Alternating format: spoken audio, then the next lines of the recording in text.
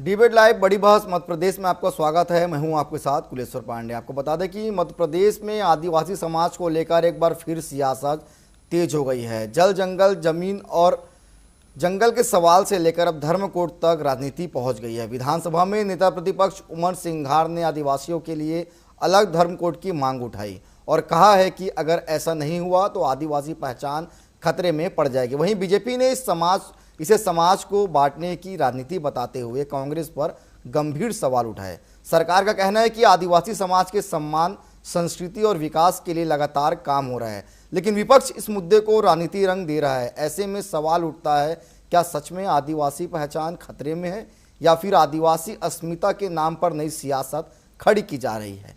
देखिए पहले हमारी एक खास रिपोर्ट, फिर इस पर करेंगे विस्तार से चर्चा।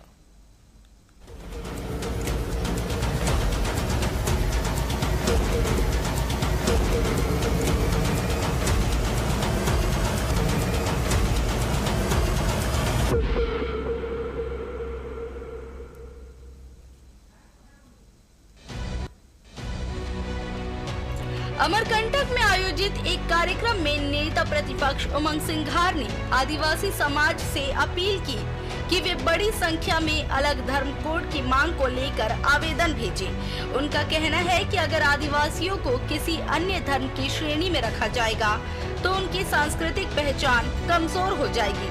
सिंघार ने ये भी आरोप लगाया कि आदिवासी समाज अपने ही प्रदेश में रोजगार, शिक्षा और सम्मानजनक जीवन के लिए पलायन करने को मजबूर है। उनके मुताबिक जल जंगल जमीन आदिवासियों की विरासत है, लेकिन आज इन्हें छीनने की कोशिश की जा रही है। आज जनगणना हो रही पूरे देश के अंदर कि 7वें कॉलम में भरना है, बोलो प्रकृति धर्म आदिवासी कोड। अगर आप नहीं भरोगे तो आपको किसी दूसरे धर्म में डाल दिया जाएगा। आपका आरक्षण खत्म, आपके अधिकार खत्म। अगर आपने 25 लाख भरे, मैं कहता हूं कि 50 लाख फॉर्म यहां से मध्य प्रदेश से भर के जाना चाहिए, ताकि दिल्ली में बैठी हमारी बहन राष्ट्रपति, उनको एहसास हो कि मध्य प्रदेश के 2.25 करोड़ प्रतिनिधियों ने, आदिवासियों ने, छत्तीसगढ़ के आदिवासियों ने, अन्य स्टेट के आदिवासियों ने ये मांग उठाई है कि इनको दर्जा मिलना चाहिए। विपक्ष के आरोपों के बीच सरकार ने इन बयानों को गैर जिम्मेदाराना और भ्रामक बताया है। कैबिनेट मंत्री विश्वास सारंग का कहना है कि कांग्रेस हमेशा से विभाजन की राजनीति करती आई है और अब आदिवासी समाज को गुमराह करने की कोशिश की जा रही है। सरकार का दावा है कि आदिवासी समाज के विकास के लिए लगातार कई योजनाएं चलाई जा रही है। मुख्यमंत्री डॉक्टर मोहन यादव लगातार ये कहते रहे हैं कि आदिवासी समाज मध्य प्रदेश की आत्मा है और उनके सम्मान और विकास से कोई समझौता नहीं होगा। कांग्रेस करती आई है, विघटन करने की राजनीति करती आई है, फूट डालो और राज करो की नीति के तहत वो आगे बढ़ते हैं। भोले वाले आदिवासियों को इस तरह से बरगलाने की जो कोशिश की जा रही है, ये आपत्तिजनक भी है, निंदनीय भी है और गैर कानूनी है। फिलहाल सवाल यही है कि क्या धर्म कोड की मांग आदिवासी पहचान की रक्षा का प्रयास है या फिर ये राजनीति का नया मुद्दा बनता जा रहा है। एक तरफ विपक्ष पहचान के संकट की बात कर रहा है तो दूसरी तरफ सरकार विकास और सम्मान की अपनी योजनाएं गिना रहा है। अब देखना ये होगा कि आदिवासी समाज इस बहस को किस नजर से देखता है और आने वाले समय में इस सियासत की दिशा क्या होती है। TV24 bureau report, Bhopal.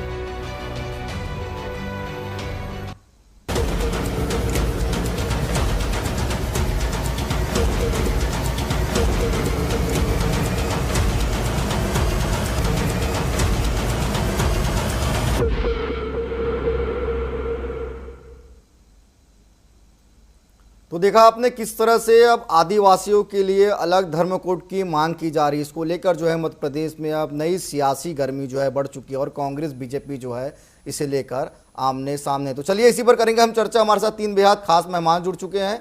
सागर कसेरा जी हैं, बीजेपी के प्रवक्ता, मैं उनको स्वागत करता हूँ। विक्की कोंगल जी हैं, कांग्रेस प्रवक्ता, उनको भी बहुत स्वागत करता हूँ। हमारे साथ नीरज जी जुड़े हैं आदिवासी समाज से, मैं उनको भी बहुत स्वागत करता हूँ। नीरज जी, सबसे पहले शुरुआत मैं आप ही से करूंगा, क्योंकि देखिए लगातार कोई भी सरकार जब सत्ता में बैठती है, कोई पार्टी, तो वो निश्चित तौर पर हर वर्ग के संरक्षण की बात करती है। लेकिन क्या वास्तविक में मध्य प्रदेश में धर्म कोड की जरूरत है आदिवासियों को, कि या जल जंगल जमीन या रोजगार की? वास्तविक जरूरत क्या देखते हैं आप मध्य प्रदेश में आदिवासियों के लिए?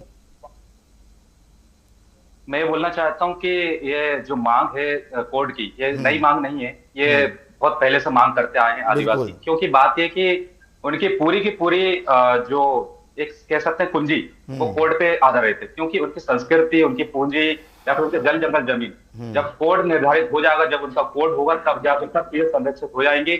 आज आदिवासी समाज में, हम आदिवासी क्षेत्रों में देखते हैं कि सबसे ज्यादा अगर गरीब है कोई, तो आदिवासी वर्ग के लोग हैं। सबसे ज्यादा अशिक्षित है तो आदिवासी वर्ग के लोग हैं। सबसे ज्यादा विस्थापन कर रहे हैं, पलायन कर रहे हैं, तो फिर पलायन हो रहा है, तो वो सबसे ज्यादा आदिवासी वर्ग के लोग हैं। इसलिए आदिवासी कोड की मांग सिर्फ और सिर्फ इसलिए हो रही है क्योंकि उनकी संस्कृति, उनकी पहचान को एक दर्जा मिल सके, एक उनकी अलग से पहचान मिल सके, जिससे कि हम अपने जो अधिकार हैं, जो संविधान में हमें अधिकार दिए गए, जिसमें कि हम कह सकते हैं 342 में, जो कि हमें खुद एसटी का दर्जा दिया गया, 244 हो या फिर 25 हो या फिर 29 हो या फिर जो भी अनुच्छेद है, जिसमें कि हमें साफ साफ हम सभी को अपने धर्म में स्वतंत्रता का अधिकार है। जिस तरीके से हम बोलते हैं कि हिंदू, मुस्लिम, सिख, ईसाई, बौद्ध और जैन 6 कोड हैं, उसके अलावा ही हम तो एक मांग कर रहे हैं, बस आदिवासी एक कोड की मांग, 7वां कोड हमारा हो, जिसमें हम अपनी जातियों, हम अपने संस्कृति, हम अपने धर्म को, हम अपने पहचान को संभाल कर रख सके। ठीक है, तो इसलिए उसी से रिलेटेड सभी से है कि रोजगार भी होगा, उसी से हमारी जो भी मांगे, शिक्षा है, सभी चीजें हम संरक्षित कर सकेंगे। ठीक है विक्की जी, देखिए आप लोगों की भी सरकार जो है लंबे समय से देश और प्रदेश में भी रही है। आप लोगों की भी सरकार थी, तो उस समय धर्म कोड लागू क्यों नहीं कर दिया गया? क्योंकि देखिए धर्म कोड की मांग ये नया नहीं है, लगातार आदिवासी जो है इस मांग को लंबे समय से कर रहे हैं, लेकिन ये लागू होता हुआ नजर नहीं आ रहा है। तो फिर अब ये मांग में तेजी क्यों हो रही है कांग्रेस की तरफ से? विक्की जी। आदरणीय पांडे जी और सभी पैनलिस्ट को मैं नमस्कार करता हूँ जी। देखिए सबसे पहली बात यह है कि आज इस मांग को क्यों उठना पड़ रहा है, ये बहुत महत्वपूर्ण है। आज मध्य प्रदेश सहित जितने भी आदिवासी स्टेट है, राज्य है इस देश के अंदर, वो आज सबसे ज्यादा पीड़ित है। जैसा कि हमारे भाई ने कहा है कि आज आदिवासियों पर अत्याचार सबसे ज्यादा चरम सीमा पर है। आदिवासियों की शिक्षा को लेकर जो है बजट में कटौती लगातार की जा रही है। आप अंदाजा लगाइए कि लगभग 3 लाख आदिवासी बच्चियां इस मध्य प्रदेश से गायब है। आदिवासी भाइयों के जल जंगल जमीन पर अटैक किया जा रहा है, और ये मांग नहीं है। इसका मतलब ये नहीं है कि कोई 50 साल पुरानी मांग है, लेकिन हाँ, इस देश का हमारा आदिवासी जब पढ़ लिख कर संविधान की समझ को स्थापित कर हृदय में जब शिक्षित बना, समझने लायक बना है, लगभग 2000 या 2000 के बाद से लगातार ये मांग उठती आई है। कांग्रेस पार्टी इस मांग के ऊपर विचार कर ने हमेशा सदैव इस बात का सम्मान किया है कि आदिवासी भाई अगर अपना अलग बिल को की मांग अलग करते तो उनकी मांग जायज है। और मैं, अगर हम एक हिंदू होने के नाते भी, देश के एक नागरिक होने के नाते भी, अगर आदिवासी भाइयों की इस बात को हम सम्मान नहीं दे पाए और हमें उसको इतनी घृणित और इतनी छोटी मानसिकता के रूप में देख लिया कि इससे हिंदुओं को खतरा होगा या समाज के अंदर कहीं बंटवारा आएगा, तो मैं कीजिएगा, इससे ज्यादा घृणित और इससे ज्यादा छोटी सोच एज अ हिंदू कुछ नहीं हो सकती कि एक पीड़ित वर्ग के लिए जो अपनी संस्कृति, अपनी भाषा, अपनी अलग सभ्यता, अपनी लिपि, इन सारी चीजों के लिए सम्मान की यदि बात कर रहा है, और प्रकृति पूजक हमारा जो एक आदिकाल से हमारे मूल निवासी समाज है, अगर वो अपने सम्मान की बात कर रहा है, तो मुझे ऐसा लगता है कि इसमें ये राजनीति का विषय नहीं है। आदिवासी भाइयों की इस मांग को माननीय राष्ट्रपति से लेकर के माननीय मुख्यमंत्री जी से लेकर के सभी जिम्मेदार पद पर बैठे हुए लोगों को सीरियसली लेना चाहिए और उसका सम्मान करना चाहिए। ठीक है, ठीक है। सागर जी, कुछ आप बोलना चाह रहे थे, अपनी बात रख लीजिए। पूछा था, उसी बात को मैं आगे बढ़ाता हूँ। आपने बहुत खूबसूरती से विक्की जी से प्रश्न किया कि आपकी सरकारें रही, इन्हें इतना सरल लगता है आदिवासी के लिए हिंदू कोड बनाना, और इन्हें लगता था कि ये बहुत आवश्यक भी है। तो धर्म कोड को अलग करने का काम कांग्रेस ने 70 सालों में क्यों नहीं किया? क्योंकि कांग्रेस कभी चाहती ही नहीं है कि आदिवासी समाज को सही सम्मान मिले। और असली मुद्दा जो है आदिवासी समाज की असली पहचान का है, धर्म कोड का नहीं जी। और मुझे इसीलिए साफ कहना है कि नेता प्रतिपक्ष उमंग सिंघार जी जो कर रहे हैं वो आदिवासी समाज की आवाज बिल्कुल नहीं है। यह कांग्रेस की पुरानी डिवाइड एंड रूल की राजनीति का नया संस्करण है। अगर थोड़ा सा ध्यान दें तो ये बात समझ में आती है कि आजादी के पूर्व अंग्रेजों ने ही आदिवासियों को हिंदू समाज सभ्यता संस्कृति से अलग करने का कुंठित प्रयास किया था। आज इस प्रयास को आगे बढ़ाने का काम कांग्रेस कर रही है। सबसे पहले एक ऐतिहासिक तथ्य समझना जरूरी है कि भारत में आदिवासी समाज कभी अलग नहीं करके देखा गया। वो प्रकृति पूजा करता है, वो ग्राम देवता को मानता है, शिव शक्ति की आराधना करता है, जंगल और धरती को माता मानता है और यह सब सनातन संस्कृति का विस्तार है। यहाँ तक कि भगवान बिरसा मुंडा जो जनेऊ धारण करते हैं, वो जनेऊ कहाँ का है जरा बताइए। वो जनेऊ भी तो सनातन संस्कृति का ही एक प्रतीक है। रामायण में माता शबरी हूँ, महाभारत में हिडिंबा हो, जगोत्पक्ष हो, हमारे ऋषि परंपरा में वनवासी तपस्वी हो, ये सब इस बात का प्रमाण है कि आदिवासी समाज सनातन परंपरा का भी नहीं है।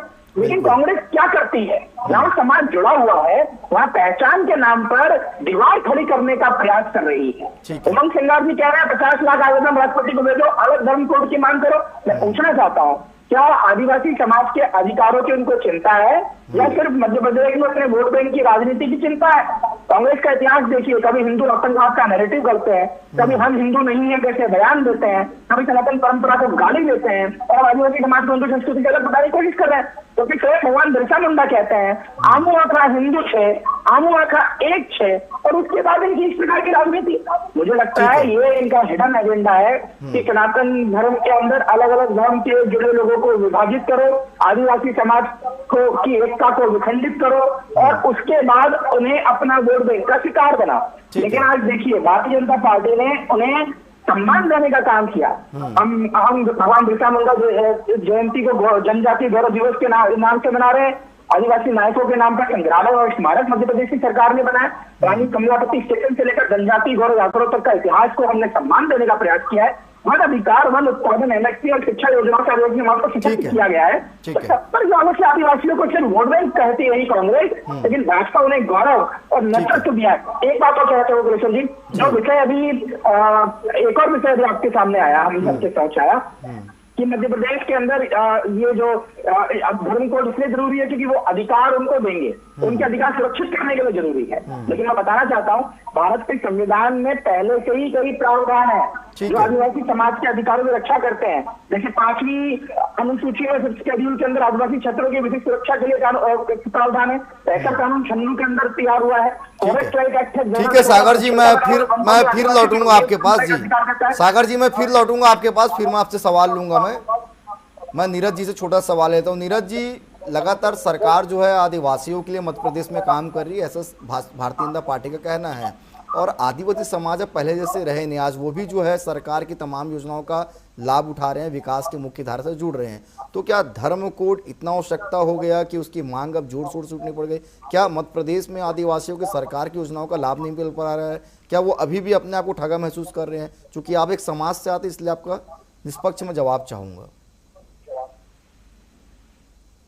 जैसे जो मांग उठी है, मैं सबसे पहले बताना चाहता हूँ वो किस मंच पे उठी है वो जानना जरूरी है। एक आदिवासी समाज के मंच पे उठी है, ना कि किसी कांग्रेस भाजपा के मंच पे उठी है। इसीलिए सबसे पहले आपको देखना पड़ेगा कि उमंग सिंघार जी एक आदिवासी परिवार के सदस्य हैं, तो उन्हें नेता प्रतिपक्ष के तौर पे उन्होंने बात नहीं रखी। उनका वक्तव्य हम सुनेंगे तो उन्होंने साफ बोला कि मैं सामाजिक सदस्य के रूप में यहाँ पर आया हूँ और मैं अपनी बात रख रहा हूँ तो एक सामाजिक सदस्य के रूप में रख रहा हूँ, ना कि नेता प्रतिपक्ष के रूप में रख रहा हूँ। इसीलिए जब ये मांग आदिवासी समाज की है तो इसे कांग्रेस, बीजेपी या फिर किसी पार्टी के बीच में ना बांटा जाए, क्योंकि ये कोई राजनीतिक मुद्दा नहीं है, ये आदिवासी पहचान का मुद्दा है, ये आदिवासी पहचान के अस्तित्व बचाने का मुद्दा है। इसलिए ये सवाल आता ही नहीं कि कांग्रेस ने नहीं की, बीजेपी ने नहीं करी। आज हम चाहते हैं कि वर्तमान में बीजेपी सरकार है, हम बीजेपी सरकार से सवाल बोलेंगे और बीजेपी सरकार जो बोल रही है कि मध्य प्रदेश में ये जन कल्याणकारी योजना चला रही है, तो आप एक बार सड़क पे जाकर देखिए, आप बनग्राम जाकर देखिए, रिमोट एरियाज में जाकर देखिए, जहां पर अगर इतनी जन कल्याणकारी योजनाओं का फायदा अगर आदिवासियों को मिल रहा होता तो आज विस्थापन के शिकार नहीं होते, आज पलायन के शिकार नहीं होते, आज आदिवासी अच्छे शिक्षा पे होते और अच्छे अच्छे वर्गों पे होते और अच्छे अच्छे पदों पर होते।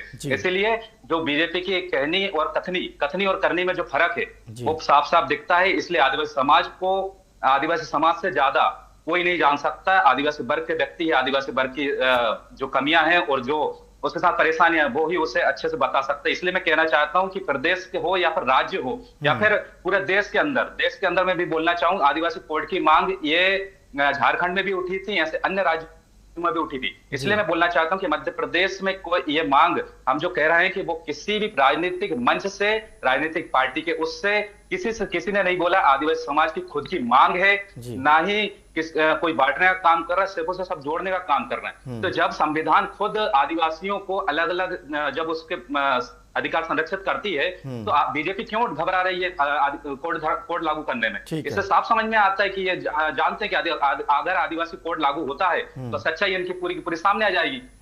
इसलिए मैं कहना चाहता हूं कि ये आदिवासी कोड बहुत जरूरी है। ठीक है विक्की जी, क्या भारतीय जनता पार्टी के प्रवक्ता साफ तौर पर कह रहे हैं कि आदिवासियों को पूरा लाभ जो है सरकार की योजनाओं को मिल रहा है और आदिवासियों के लिए अगर सरकार भी काम कर रहा है, तो सर आप लोग फिर क्यों सवाल इसमें खड़े कर रहे हैं?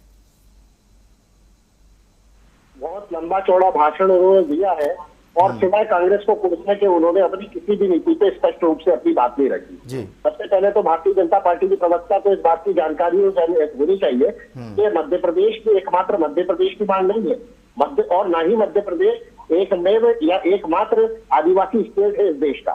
मध्य प्रदेश के अलावा झारखंड हो, छत्तीसगढ़ हो, पश्चिम बंगाल हो, हमारे जितने भी नॉर्थ ईस्ट के हमारे राज्य, सिक्किम है, मणिपाल है, जहां जहां पे इस देश के अंदर आदिवासी निवास करता है, वहां से दिल्ली के रामलीला मैदान पर लाखों करोड़ों की संख्या में हमारे आदिवासी भाई एकत्रित होकर, चाहे वो कांग्रेस की सरकार रही हो, चाहे वो भारतीय जनता पार्टी की सरकारें रही हो, उन्होंने अपनी आवाज उठाने का काम किया है और अलग कोड बिल की मांग की है। और ये उनकी मांग अपनी खुद की संस्कृति को, अपनी भाषा को, अपनी प्रकृति पूजक संस्कृति को, अपनी लिपि को, ये सभी चीजों को संरक्षित करने के लिए एक मांग उठाई गई है। इसको कांग्रेस और बीजेपी से या राजनीति से जोड़ने का काम जब हम नहीं कर रहे तो ये भ्रष्टाचार क्यों कर रहे हैं इस बात को राजनीति से जोड़ने का काम। और सबसे बड़ी बात बताइए, मध्य प्रदेश की बात करता हूँ, मध्य प्रदेश में तो 22 साल से आपकी सरकार है। मध्य प्रदेश के इन 22 सालों के अंदर कितने आदिवासियों की जीवन के अंदर सुधार आया? क्या अभी कितने आदिवासी आज पलायन करने से बचे? कितने आदिवासियों की जो है पर कैपिटा इनकम के अंदर वृद्धि हुई है? कितने आदिवासियों को आपने नौकरी दी? कांग्रेस से सवाल करना बंद करिए महाराज। 22 साल के अपने सरकार का हिसाब तो दे नहीं पाते और लगातार कांग्रेस से सरकार सवाल करते। अरे कांग्रेस ने तो संविधान के अनुसार चलने का काम किया। कांग्रेस ने तो लगातार जो है आदिवासियों के हितों को संरक्षित करने का काम किया। संविधान का अनुच्छेद 244 हो या 200 या अनुच्छेद 29 हो, इसमें आदिवासियों की संरक्षित मूल्यों को, उनकी संस्कृति को, उनको अगर फ्रीडम दी गई है तो कांग्रेस ने हमेशा उस बात से सम्मान किया है। आदिवासी वर्ग से आज IAS, IPS, जज अगर कोई बेटा या बेटी बनता है तो क्या आप अपने 70 साल के उस इतिहास को भूल जाएंगे कि आज आदिवासी समाज को चाहे महिलाओं को आरक्षण देने की बात हो, चाहे उनको राजनीतिक जो है आरक्षण देने की बात हो, राजनीति के अंदर उनको उनका हिस्सा जो मिलना चाहिए था वो 70 सालों में लगातार मिला। इसीलिए आज नेता प्रतिपक्ष के रूप में उमंग सिंघार बैठे हुए। ठीक है, चलिए सागर जी से ले लेता हूँ जवाब। ठीक है सागर जी, आप कुछ कह रहे थे।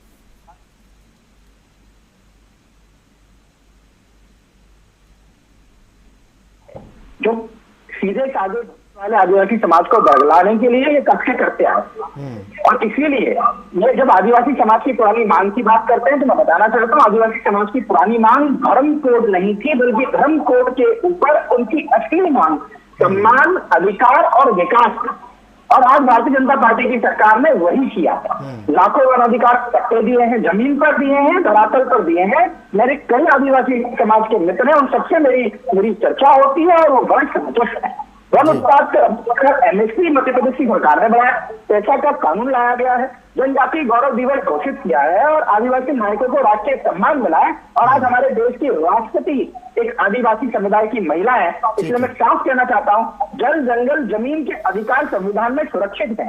धर्म कोड के नाम पर समाज को बांटना कांग्रेस की राजनीति हो सकती है, लेकिन भाजपा की राजनीति अधिकार और विकास की राजनीति है। और हम विकास की राजनीति में आदिवासी समाज को, आदिवासी समुदाय को किसी भी तरीके से पीछे नहीं छोड़ेंगे। हमारा एक उद्देश्य है कि आदिवासी समाज विकसित भारत का हिस्सा बने, विकसित मध्य प्रदेश का हिस्सा बने, वो मुख्य धारा में आए। जो कांग्रेस ने प्रयास किया है कि उन्हें मुख्य धारा से पीछे करने का, अभी भी वो आदिवासी समाज को 50 साल पीछे ले जाने की कोशिश कर रहे हैं कि हिंदू धर्म में सनातन के इनको अलग करिए। आदिवासी समाज को पीछे करिए, क्योंकि जितना वो पिछड़ा रहेगा उतना ज्यादा उनका वोट बैंक मजबूत रहेगा। भारतीय जनता पार्टी तुष्टीकरण और वोट बैंक की राजनीति से काम नहीं करती है।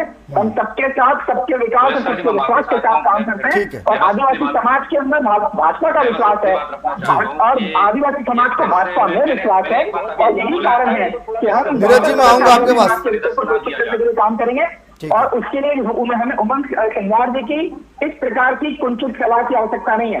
सनातन का एक ही अर्थ है, समावेश, समरसता और सह अस्तित्व। ठीक है नीरज जी, ठीक है आदिवासी समाज।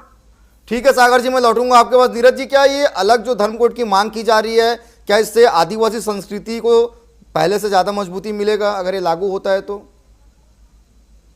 बिल्कुल मिलेगा, क्योंकि बात है कि आज भी हम अपने जो रीति रिवाज है, जो हमारे वेशभूषा या फिर हमारे जो कल्चर है जी, हम जब उसे मानते हैं तो फिर एक जब हम मान तो आज भी रहे हैं, हम तो सदियों से मान रहे हैं, लेकिन बात है कि उसमें दर्जा तो मिले हमें। जैसे मान के चलिए हमारी गोंडी भाषा, उसे आज भी प्रस्तावित भाषाओं में रखा गया, उसे अनुसूची में क्यों लागू नहीं किया गया है? एक छोटे जो ये भारत के अंदर आदिवासी इतनी ज्यादा जनसंख्या में रहता है, उसकी एक भाषा आप लागू नहीं करवा पा रहे हैं, ये तो बहुत ज्यादा भेदभाव का बात है। इसके बाद आदिवासी जितनी जनसंख्या में रहता है उसके लिए कोड एक लागू नहीं कर पा रहे, एक छोटी सी मांग है। लेकिन बात है कि ये सीधा सीधा जो बता रहा हूं ना मैं कि ये जो राजनीतिकरण करना चाह रहा है, ये फिर से भाजपा कांग्रेस कर करके आदिवासी बीच में से पिस के रह जाएगा। और ये मैं कहना चाहता हूं कि आदिवासी वर्ग के साथ ये जो खिलवाड़ हो रहा है, ये किसी राजनीति का हिस्सा नहीं है, ये खुद की पहचान के लिए हम मांग रहे हैं। ये बार बार चिल्ला के हम एक संविधान की बात कर रहे हैं, हम कोई अलग से बात नहीं कर रहे हैं, संविधान के अंदर की बात कर रहे हैं। तो आपको लागू करने में क्या दिक्कत हो रही है, मुझे ये समझ में नहीं आता। इससे साफ साफ समझ में आता है कि भारतीय जनता पार्टी आज की जो सरकार है, जो मौजूदा सरकार है, वो नहीं चाहती कि आदिवासियों को उनका धर्म कोड मिले। और जो कोड जब मिल जाएगा तो फिर उनकी जो मांगे रहेंगी, जो उनकी संस्कृति रहेगी, जो उनके अधिकार है, जो आपने बोला कि पेशा कानून, आज धरातल पर देख लीजिए पेशा कानून किस तरीके से क्रियान्वयन हो रहा है। और आपने बोला कि जो भी आपकी योजनाएं चल रही हैं, आप जाके देखिए जो क्रियान्वयन हो रहा है उसका डाटा उठाइए। मैं खुद एक बनग्राम से आता हूं, जहां पर स्कूल नहीं है, 8वीं तक स्कूल है, जहां पे 35 किलोमीटर दूर जाना पड़ता 12वीं क्लास के लिए, उसके बाद 250 किलोमीटर जाना पड़ता राजधानी के लिए, कॉलेज के लिए। कहां से पैसा लाएगा? आमदनी उतनी ही है साहब। इसलिए मैं बोलना चाहता हूं कि इसलिए जो कथनी और करनी है उसमें जमीन आसमान का फर्क है। मैं ये किसी सरकार को गलत नहीं कह रहा हूं, लेकिन आपकी ये जो मांगे हैं, जो आप जो बता रहे हैं योजनाओं का, तो योजनाओं को एक बार फिर से गहराई से जानिए। और हम बताएंगे जब आप आएंगे हमारे गांव या फिर हमारे गांव में जाएंगे, भील एरिया में जाएंगे, गोंड समुदाय में जाएंगे, कोरकू, बेगा, सहरिया, ऐसी कितनी जनजातियां हैं, जब उनके दर्द को जानेगा तब आप समझ में आएगा कि भोपाल राजधानी तक आने में उनको कितना पैसा लगता है और कितनी चीजें होती है। इसलिए मैं कहना चाहता हूं, जो हमने अभी मांग उठाई थी, रोशनी कलेज जो बेटी मरी है, वो आपने बोला ना कि अभी भी आज बहुत ज्यादा योजनाओं का फायदा उठा पा रहे हैं, लेकिन आज हम कह रहे हैं कि MBBS की जो बच्ची आई थी, मजदूर की बेटी, उसे न्याय नहीं मिल पा रहा है। ये मौजूदा सरकार की असलियत है, इसलिए हम बोलना चाहते हैं कि हमारे आदिवासियों को एक होने दीजिए। आप लोग तोड़ने की राजनीति कर रहे हैं, ठीक है, इसलिए मैं बोल रहा हूं कि राजनीतिकरण ना करके समाज की बात समाज के अंदर ही रहने दीजिए। ठीक है विक्की जी, बीजेपी का साफ तौर पर कहना है कि आदिवासियों के आड़ में आप लोग राजनीति कर रहे हैं।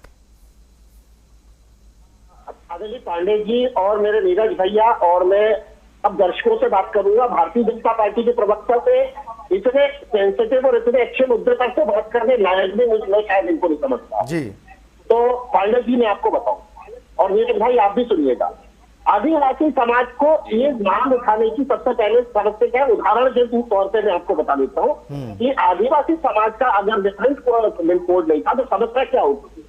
दूसरे धर्म के अंदर या अलग अलग अन्य धर्मों के अंदर आदिवासी समाज के लोगों को जोड़ दिया जाता था, तो उनकी एक्चुअल जनसंख्या कितनी है, उनकी समाज के अंदर इस पूरे देश के अंदर उनकी भागीदारी कितनी है, ये सुनिश्चित नहीं हो पाता था। कम से कम 10 ऐसे राज्य हैं जिसमें सुनिश्चित उनकी जनसंख्या नहीं है पूरी तरीके से। सबसे बड़ी बात ये।